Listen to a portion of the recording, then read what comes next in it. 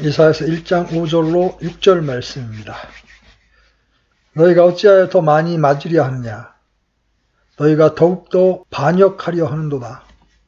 온 머리는 병들었고 온 마음은 기진하였으며 발바닥에서부터 머리까지 그 안에 성한 곳이 없이 상처와 멍과 골문 종기뿐이거늘 그것들을 꿰매고 싸매고 향유를 발라 아픔을 달래지 못하였도다. 이 위대한 대언자 이사야의 가르침은 성경 전체의 가르침이라고 말할 수 있습니다. 성경은 하나님께서 이 세상을 향해 당신께서 친히 만드신 사람들에게 하신 말씀입니다. 이스라엘 자손들은 단지 대표적인 표본일 뿐이며 그들에게 전해진 말씀은 온 인류에게 전해진 말씀이기도 합니다. 대언자의 가르침의 첫 번째 부분은 사람들이 자신들에게 있는 문제의 원인을 깨달아야 한다는 것입니다. 물론 사람들은 그런 것을 좋아하지 않습니다. 수술을 받고 있는 어떤 환자라 하더라도 그 수술을 좋아하지 않습니다. 사람들은 편한 것을 원하고 행복을 원합니다. 진찰을 받느라 번거로워서도 안 됩니다. 그건 시간이 걸리고 검사를 받아야 하니까요. 사람들은 고통을 중단시켜줄 일을 찾지만 고통은 더 심해져서 심각한 문제가 되기조차 합니다. 무엇이 고통을 야기시키는지를 알기도 전에 중단되기만을 원합니다. 여러분은 심각한 문제를 숨기고 있는지도 모릅니다. 그래서 성경은 우리의 질병의 원인을 하나하나 자세히 살피라고 말합니다. 그렇게 할 때만이 성경은 우리에게 치료 방법, 즉 구원의 길을 말해줄 것인데 그 복음이 병을 치료해주고 고쳐줄 것입니다. 우리는 이사야가 죄에 대해 우리에게 말하는 바를 자세히 살펴보고 있습니다. 우리는 이 점을 이미 3번에 걸친 강의에서 살펴보았습니다. 하지만 계속 살펴보아야 합니다. 이사야가 그의 진단을 계속하고 죄의 심각성을 살피고 조사하는 일을 계속하는 한 우리도 그가 하는 일을 따라야 할 것입니다. 이런 작업은 우리 모두에게 필요한 일입니다. 주 예수 그리스도 안에 있는 신자들이며 교회에 지체된 이들도 불신자들만큼이나 죄의 심각성을 깨닫도록 해줘야 할 필요가 있습니다. 왜 하나님의 백성들이 이 같은 때에 너무 오래 침묵하며 자기 만족에 빠져 있습니까? 왜 하나님의 백성들이 교회에 부흥을 허락해 주시기를 그분께 힘써 기도하지 않습니까? 왜 우리는 하늘의 창을 여시고 성령을 부어주셔서 우리 가운데 역사하셔서 사람들을 깨워주십사 하고 간절히 구하지 않는 것입니까? 대부분의 그리스도인들이 그렇게 기도하지 않는다고 생각합니다. 왜 안 할까요? 단 하나의 답이 있을 뿐입니다. 그리스도인들이 죄의 심각성을 알지 못하기 때문입니다.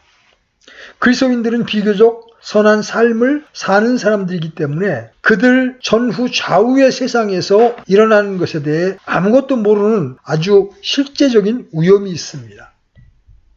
그들이 어떤 일은 하지 않고 어떤 일은 보지 못하기 때문에 그 일들이 벌어지는 것을 알아차리지 못합니다.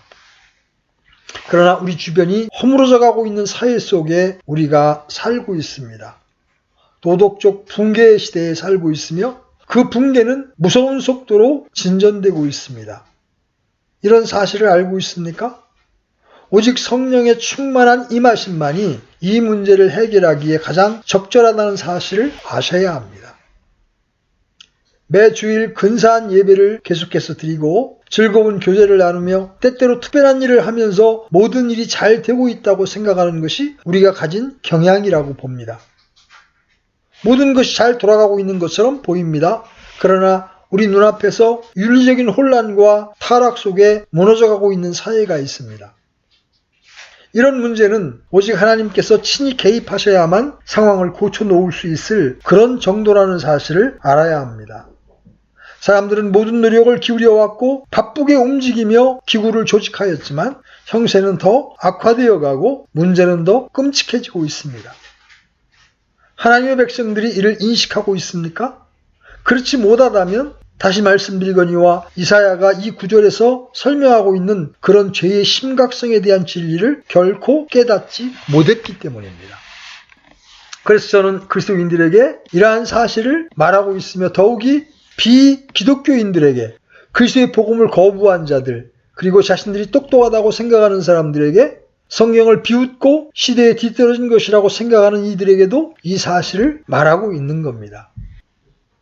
저는 사려 깊고 지각 있는 사람들이 뭔가 일이 잘못되어 가고 있다는 사실을 알고 그 상황을 염려하고 있음을 알고 있습니다. 그들은 이것들에 대해 글을 쓰기도 하고 함께 토론하지만 이사야의 말에 따르면 고통의 원인에 관한 한 절망적일 만큼 잘못 알고 있습니다. 결과적으로 그들은 복음을 믿지 않을 뿐 아니라 하고 있는 모든 일도 무의로 돌아갈 것입니다. 그러면 원인은 무엇입니까? 다시 말씀드리거니와 모든 어려움은 성경이 죄에 대해서 말할 때 그 의미를 이해하지 못한 데서 발생합니다. 로마서 7장에 있는 사도 바울의 진술을 들어봅시다. 그는 사실상 이렇게 말하고 있습니다. 죄는 내 삶을 파괴시키고 있는 것이며 모든 것을 파괴시키고 있는 것이다. 내 안에 있는 이 죄가 말이다. 죄는 모든 사람에게 있으며 이것이 문제의 핵심이라고 하는 것이 바로 성경이 고발하는 것입니다. 그러나 세상은 이를 믿지 않습니다. 일이 잘못되어 있다고 인정하지만 세상은 이를 바로잡는 방법에 대한 자기 나름의 생각을 갖고 있습니다. 그러면 그들이 갖고 있는 생각이 무엇입니까? 첫째로 교육과 지식에 대한 신뢰입니다. 세상은 여전히 우리의 모든 고통이 교육 부재의 탓이라고 생각하며 우리에게 필요한 것은 계몽, 지식 이런 것들이 있으면 해결된다고 생각합니다. 우리는 깨닫고 알도록 도와줄 과학과 교육 때문에 하나님께 감사해야 합니다. 사람들은 말하기를 오직 사람이 사고하는 훈련을 받을 수만 있다면 사실을 제대로 볼 수만 있다면 문제는 전혀 생기지 않을 것이라고 합니다. 난국은 합리적인 사고방식에 의해 해결될 수 있다고 생각합니다. 물론 때때로 사람들은 이 지식에다가 예수님의 가르침도 기꺼이 포함시킵니다. 산상설교를 기꺼이 인용합니다. 그래서 사람들은 산상설교를 끌어들입니다. 훌륭한 가르침은 세상을 개선시키는데 모두 다 필요하다는 이러한 견해는 모든 사람들의 일반적인 견해입니다. 또 다른 해결책도 있는데 이것도 비슷합니다. 어떤 사람들은 문제는 병이라고 말합니다. 오늘날 사람들을 괴롭히고 있는 거의 모든 문제는 단지 심리학적인 질병의 일종이라고 주장합니다. 범인들이 법정에서 심리를 받고 몇 가지 재상에 대한 재판을 받을 때 이런 토를 답니다. 이런 것을 범죄라고 칭해서는 안 됩니다. 죄라고 불렀어도 안 됩니다. 그건 병일 뿐입니다. 심지어는 심신미약으로 인한 것입니다. 이렇게 주장합니다. 정신과 의사에게 자문을 구하고 그 사람들에게 친절하고 조용하게 말해야 하는데 이는 그들이 병든 사람들이기 때문이라고 말합니다. 또 이와 관련해서 형벌의 본질에 대한 새로운 견해도 있습니다. 20세기에 일어난 가장 큰 변화의 하나는 형벌에 대한 견해에서 볼 수 있습니다. 사람들은 형벌의 주 기능이 벌을 주는 것, 즉 징벌하는 것이라고들 했습니다. 그러나 오늘날에는 그런 견해는 인기가 없습니다. 형벌이 주 목적을 개선시키는 것, 즉 치료하는 것입니다. 그러므로 감옥은 교도소가 되었는데 거기서 사람을 치료하고 가르치고 새로운 삶으로 인도합니다. 또 어떤 사람들은 현대의 문제들에 대해 너무 흥분할 필요가 없다고 합니다. 세상은 좋아지고 있으며 인류는 개선되어 가고 있고 사람들이 제자리로 돌아오는 것은 단지 시간 문제라는 거죠. 사람들은 자신들의 어리석음을 깨닫게 될 것이며 인간들이 이룰 수 있는 최상의 자리에 이르지 못하게 하는 모든 일들을 버릴 것이며 조만간 사람들은 일종의 완전한 경지에 다다를 것입니다. 이러한 모든 견해는 사람들이 본질적으로 선하거나 아니면 적어도 악하지 않다는 신념에 근거하고 있습니다. 그들은 이렇게 말합니다. 성경은 죄에 대해서 말하고 있지? 옛날 목사들도 그런 걸 말하곤 했지. 하지만 우리는 그런 이 얘기들은 터무니없는 말이라는 걸 알아. 그러나 실상은 이런 접근법은 오랫동안 시도되어 왔고 이제 확실한 질문을 해야 할 때가 이르렀다는 사실입니다. 죄가 어떤 일을 만드는가? 그 결과는 무엇인가? 1859년 다윈의 종의 기원의 출판 이래로 성경은 점차 무시되어 왔습니다. 사람들은 성경이나 교회 없이도 잘 살 수 있다고 생각하고 있습니다. 그러나 문제는 여전히 일어나고 있습니다. 왜 세상이 지금 이 모양인 겁니까? 뭐가 문제입니까? 왜 사람들은 기독교를 배척하고 다른 것을 믿습니까? 오직 한 가지 답이 있을 뿐인데 그 답은 사람들이 죄의 심각성을 깨닫지 못한다는 것입니다. 사람들은 죄에 관한 성경의 가르침의 진리를 결코 깨닫지 못합니다. 성경을 통해 나타나는 오늘날 세상을 향한 하나님의 가르침은 세상이 가진 문제가 너무 깊고 심각해서 오직 전능하신 하나님 자신 외에는 아무도 어떤 것도 그 문제를 해결할 수 없다는 사실입니다. 하나님의 아들께서 세상에 오신 것은 죄 가운데 있는 인류의 문제가 너무 무서운 것이어서 그런 식의 개입 외에는 해결책을 줄 수 없기 때문입니다. 율법이 주어졌지만 그 율법이 구원하지는 못했습니다. 아무것도 구원하지 못합니다. 육신으로 말미암아 연약한 율법은 우리를 구원할 수 없어서 하나님께서는 당신의 아들을 죄 있는 육신의 모양으로 육신의 죄를 정하기 위해 보내셨습니다.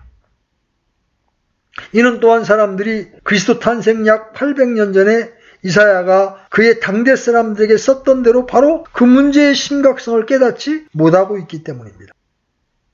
우리가 살펴본 대로 이사야는 자신의 책을 죄에 대한 분석에서부터 시작했으며 우리는 죄의 핵심적인 성격과 본질 그리고 그 죄 때문에 사람들이 어떤 일을 하게 되는지를 살펴보고 있습니다. 이제 새 단락으로 넘어갑니다. 5절에서 대언자는 죄의 결과에 대해 설명하기 시작합니다. 말할 필요도 없이 죄 가운데 있는 사람들은 죄의 성격에 대해 무지하듯이 죄의 결과에 대해서도 무지합니다. 죄의 결과가 자신에게 어떤 해를 입히고 있는지도 모르고 있습니다. 그래서 대언자는 그들에게 이렇게 말합니다. 너희가 어찌하여 더 많이 맞으려 하느냐? 실상 그는 이렇게 말하고 있습니다. 너희 자신을 살펴봐. 자, 너희가 얻어맞아서 너희 온몸이 상처와 골문대로 뒤덮여 있지 않니?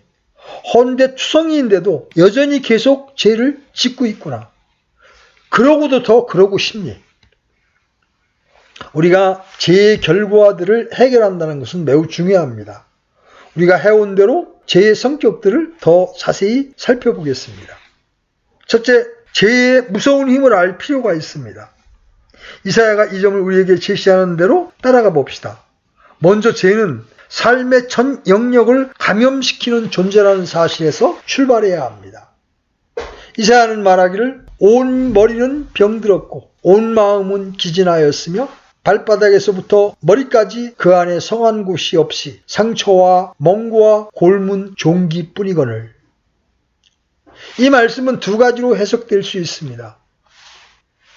이미 하나님께서 이 범죄한 사람을 때리고 계시기 때문에 온몸이 이 모양이 되었음을 보여주고 있다고 보는 것이 한 가지의 견해입니다. 하나님께서는 이 피조물을 시커멓게 멍일고 상처 때문에 곰도록 벌하고 계십니다. 그러나 이 구절은 또 다르게 해석될 수 있는데 이 구절은 죄 자체에 대한 완벽한 묘사일 수 있으며 사실 그러합니다.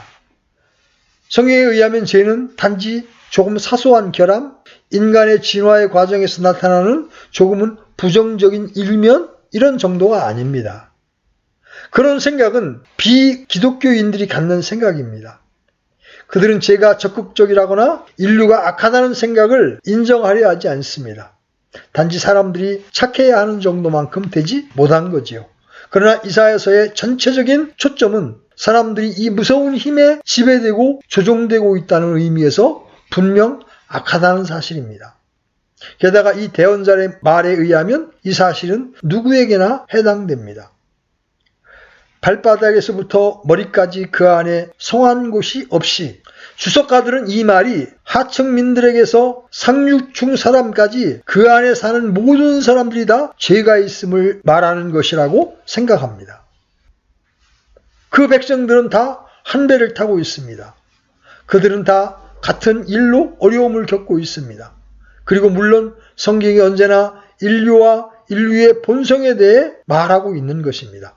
의로운 자는 없나니 단 한 사람도 없으며 모든 사람이 죄를 지어 하나님의 영광에 이르지 못하더니. 이 문제가 중요한 것은 다음과 같이 말하는 어떤 근사하고 존경받을 만한 사람들이 있기 때문입니다.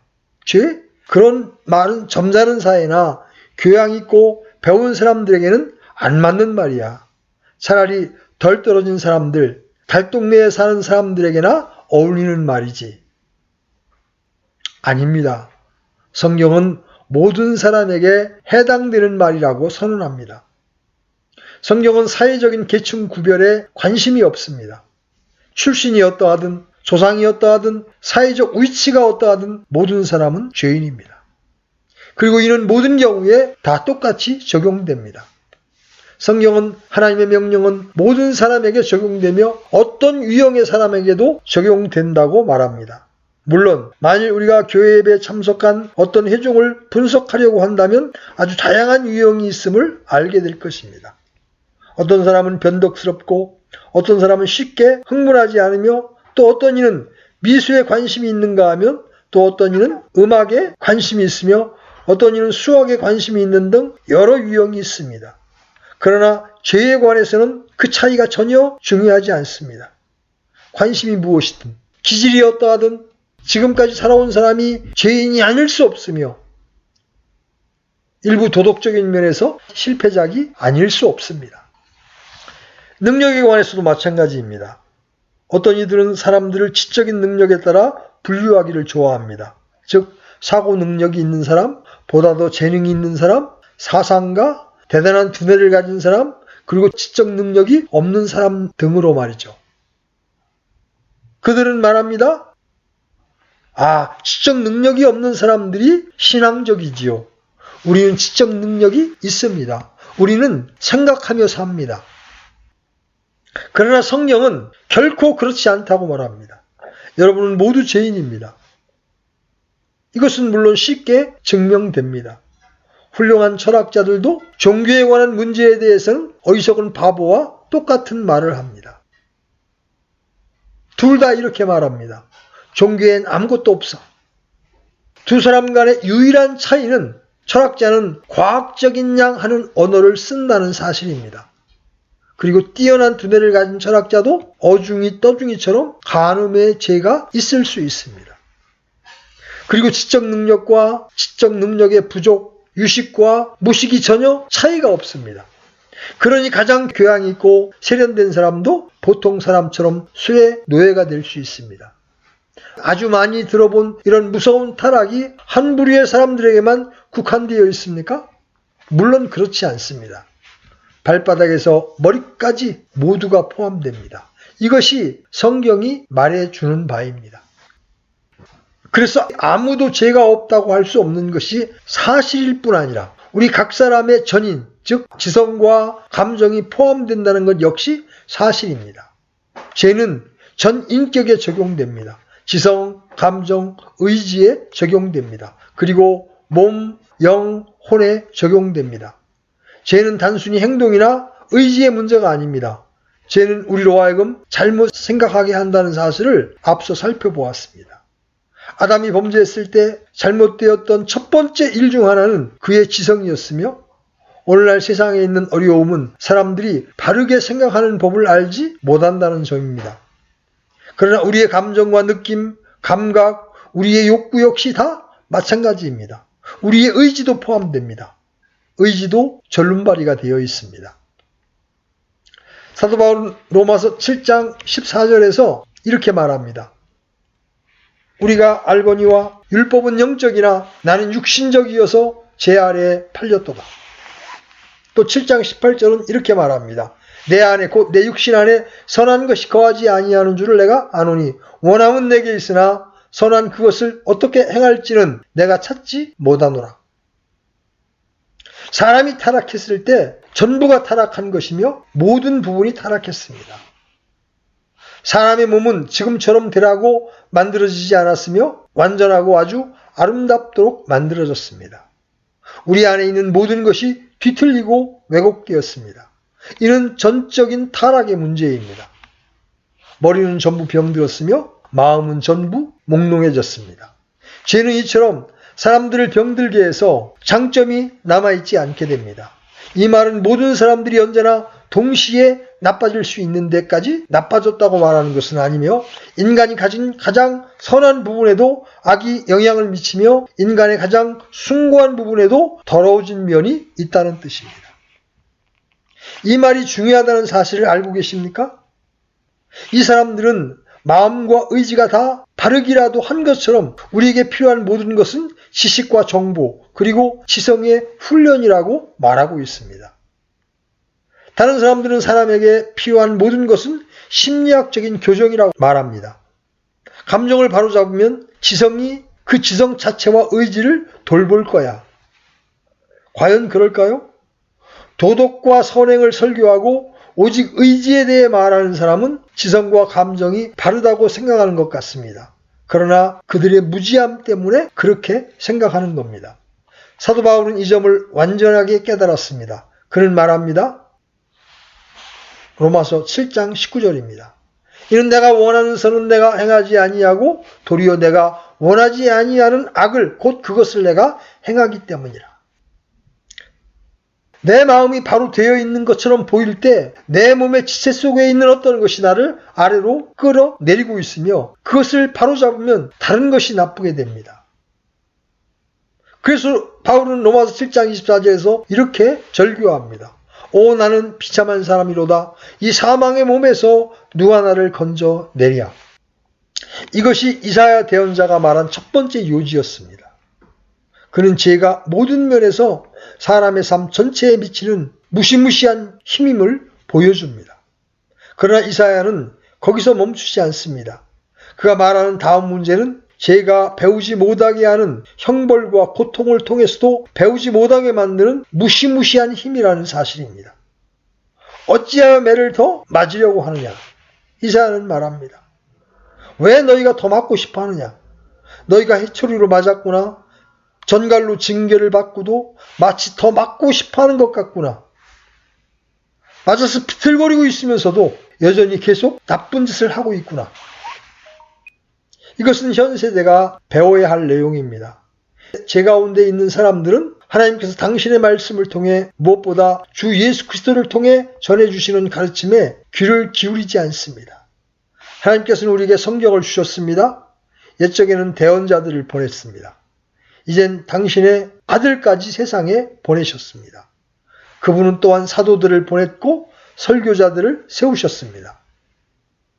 사람들이 여기에 생명의 길, 구원의 길이 있음을 믿게 하시기 위해 이 모든 일을 행하셨습니다. 그분은 사람들에게 복음을 주셨지만 사람들은 받아들이려 하지 않습니다. 그들은 복음을 무시하고 천대하며 거절했습니다. 그러나 그보다 더 나쁜 일이 있습니다. 사람들이 주님의 말씀과 주님이 주신 생명의 길, 주님의 명령 그리고 그분의 복음을 거절한 결과 하나님께서 사람을 심판하십니다. 이는 성경 곳곳에 나타나는 범법자의 길은 험한이라는 큰 원칙입니다. 살펴본 대로 하나님께서는 첫사람 아담과 이브를 완벽하게 만드시고 낙원에 두셨지만 그들이 범죄했을 때 하나님께서 그들을 벌하셨습니다. 벌하겠다고 말씀하신 대로입니다. 사람이 죄를 지을 때마다 느끼지 못했을 수는 있지만 늘 벌을 받았습니다. 하나님께서 벌을 주실 것이라고 말씀하셨습니다. 그분은 그렇게 하시고 계시며 우리가 앞서 살펴본 대로 보다 더 큰 심판을 행하실 것입니다. 사람이 손가락을 불에 넣으면 화상을 입게 되는 것과 마찬가지로 하나님의 거룩한 계명을 범하면 대가를 치르게 됩니다. 하나님께서 어떤 방식으로 벌하십니까? 한 가지 방법은 양심의 가책을 통해서입니다. 우리가 잘 알고 있듯이 우리가 지은 어떤 죄의 결과로서 양심의 가책, 정신적인 고통, 영혼의 갈등, 수치 등이 있으며 어쩌면 몸에 실제적인 고통이 생겼을 수도 있지 않습니까? 하나님께서는 이렇게 이스라엘 자손들을 벌하고 계시지만 그들은 계속해서 죄 가운데 살았습니다. 그들은 받은 벌에서 교훈을 얻지 못했습니다. 너희가 어찌하여 매를 더 맞으려 하느냐? 내가 너를 바로잡으려고 해초리를 때리고 꾸짖어도 너희는 계속 죄를 짓고 거들떠보지 않는구나. 제가 앞서 말한 대로 이는 오늘날 온 인류와 각 개인에게도 마찬가지입니다. 비슷한 구절을 예로 들어봅시다. 엄청난 두통, 온몸의 아픔과 통증, 게다가 수치심과 방탕하다는 느낌, 그리고 무가치하고 부정하다는 느낌. 그러나 그런 고통의 밤이 사람들의 죄를 중단시킵니까? 물론 아닙니다. 한 번이면 충분할 거라고, 그런 무서운 느낌을 받았다면 그들이 다시는 그러한 일을 하지 않을 거라고 생각하시겠지만 그렇지 않습니다. 이들은 그들이 경험한 일을 계속해서 반복합니다. 물론 이는 한 예에 불과합니다만 모든 죄의 유형과 형태에 있어서도 마찬가지며 사람들은 여전히 계속 죄를 짓고 있습니다. 오늘날 세상을 돌아보십시오. 고통과 혼란을 살펴보십시오. 아픔과 번민을 보십시오. 사고로 죽은 많은 사람과 그 유족들, 슬픔을 당한 사람들을 보십시오. 상처 입은 영혼들을 보십시오. 이 모든 것을 보십시오. 우리는 한 세기에 2차례의 세계대전을 치렀습니다. 그런데 거기서 교훈을 얻었습니까? 전쟁은 미친 짓입니다. 아무도 그것이 좋은 일이라고는 생각하지 않습니다. 그건 완전히 미친 짓이며 그래서 우리는 고통을 당하고 또 당했습니다. 역사를 읽으면 전쟁은 언제나 가난과 굶주림을 가져다 준다는 사실을 알게 됩니다. 전쟁은 언제나 몸을 다치게 합니다. 아주 무섭습니다. 그러나 헤겔이 말했듯이 역사가 우리에게 아무것도 가르쳐주지 않는다는 사실을 역사는 가르쳐줍니다. 얼마나 무익합니까? 죄에 사로잡혀 있는 인간들은 벌과 고통으로도 결코 개선되지 않습니다. 이런 사람들이 얼마나 왜곡되고 어리석은가를 보여주고 있습니다. 죄의 권능은 아주 대단한 것이어서 사람들의 기억력을 무디게 합니다. 그들이 죄를 범한 후에 너무 부끄러워서 말하기를 나는 할 수 있는 한 다시는 이런 일을 안 할 거야. 다시 그런 일을 한다는 건 상상도 못할 일이야. 이렇게 말합니다. 그러나 다음 날 아침이면 그 죄는 그렇게 나쁘게 생각되지 않습니다. 그리고 그 다음 날 아침에는 훨씬 더 덜 나쁘게 생각됩니다. 그리고 한 주간 내에 그 일에서 나쁜 점은 거의 없어지게 됩니다. 그리고 죄는 기억을 마비시킬 뿐 아니라 사실을 왜곡시킵니다. 죄는 우리의 이성을 주물러서 우리의 모든 논리를 파괴시킵니다. 죄는 우리의 욕심을 자극하며 화려한 일을 상상하게 만들며 장밋빛 환상을 갖게 합니다. 죄는 의지를 마비시켜 유혹이 다시 올 때 우리가 느꼈던 것을 다 잊게 하며 다시 같은 일을 저지르게 합니다. 이에 대해 논할 필요는 없습니다. 죄의 권능과 깊이에 대한 성경의 가르침에 대한 저의 설명에 동의하지 않으신다면 이 질문을 여러분에게 하겠습니다. 왜 여러분은 여러분 자신을 불쾌하게 만드는 일, 여러분이 부끄러워하는 일을 계속해서 하는 겁니까? 내가 다시는 그 짓을 절대로 안 할 거야 라고 말하면서 왜 다시 그 일을 합니까? 왜 여러분은 사도 바울이 말하는 이런 갈등 속에 있습니까? 오직 하나의 답이 있을 뿐입니다. 죄의 힘은 여러분의 힘보다 더 셉니다. 죄는 이 세상에서 가장 힘이 셉니다. 거기에 단 하나의 예의가 있는데 그것은 바로 하나님의 힘입니다. 마지막으로 죄의 무서운 힘은 죄를 완악하게 만들어서 벌을 받고 가르침을 받는 것으로 우리를 바로잡거나 구원하지 못할 뿐 아니라 벌과 가르침이 오히려 우리의 죄를 더욱 악화시키고 더 죄를 짓게 합니다. 하나님께서 말씀하십니다. 내가 너희를 벌하고 있지만 오히려 그 벌로 인해 너희는 더 나빠졌구나. 너희들에게 무슨 문제가 있는 것이냐. 여기에 죄의 심각성이 있습니다. 사도 바울이 로마서 7장 13절에서 말하고 있는 바처럼 죄는 심히 죄된 것입니다. 이는 각 개인에게서 볼 수 있지 않습니까? 살아가면서 죄의 심연 속으로 떨어지고 또 떨어지는 가련한 인간을 보고 있는 것보다 더 슬픈 일은 없습니다. 그 사람은 자신을 괴롭히고 그의 사랑하는 사람에게 고통을 줍니다. 그러나 그 고통이 자신을 구원하지 못할 뿐 아니라 오히려 자신을 절망으로 몰고 가서 더욱더 고통을 당하게 합니다. 모든 호소와 징계가 그를 더 악화시킵니다. 그를 건지려고 노력하는 모든 일이 그를 더 자극하는 것 같습니다. 이런 일은 전 인류에게 해당되지 않습니까? 성경은 이에 대한 많은 예화를 보여주고 있습니다. 홍수 직전에 의인 노아가 있었는데 그는 방주를 지으면서 의와 심판에 대한 가르침을 전했습니다. 그의 말을 듣는 불신자들에게서 얻은 결과를 여러분은 알고 계십니까? 사람들은 더욱더 죄를 지었습니다. 노아가 설교할수록 그들은 죄를 더욱 지어서 그의 마음에서 생각하여 상상하는 모든 것이 항상 악할 뿐임을 보시기에 이르렀습니다. 소돔과 고모라에서도 마찬가지였습니다. 의로운 롯이 거기 살고 있었지만 사람들은 더 나빠졌습니다. 성경을 보면 큰 심판이 있기 전에 사람들은 극심하게 악해지고 또 악해졌습니다.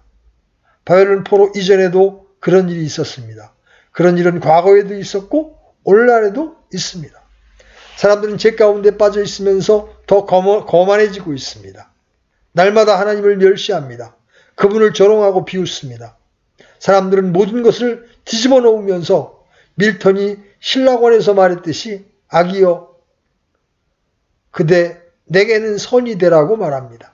사람들은 이를 가르칩니다. 이를 즐거워합니다. 자랑하고 선전하며 자신들에게 보여줍니다.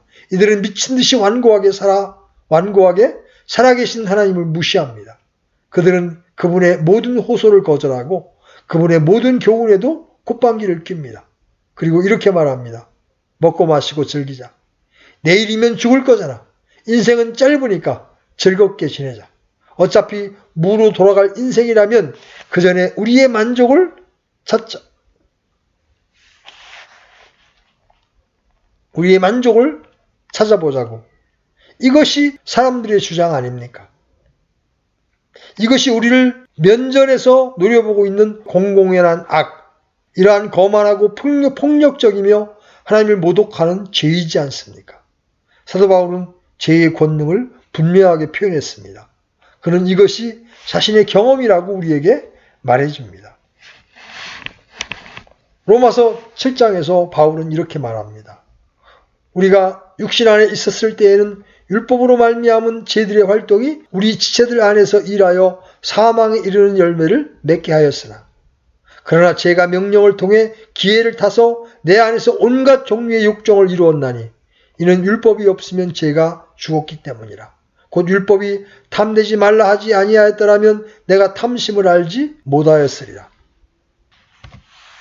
생명에 이르게 하려고 정하신 명령이 사망에 이르게 한 것인 줄 내가 알았나니 죄가 명령을 통해 기회를 타서 나를 속이고 그것으로 나를 죽였느니라. 그런즉 율법도 거룩하고 명령도 거룩하며 의롭고 선하도다.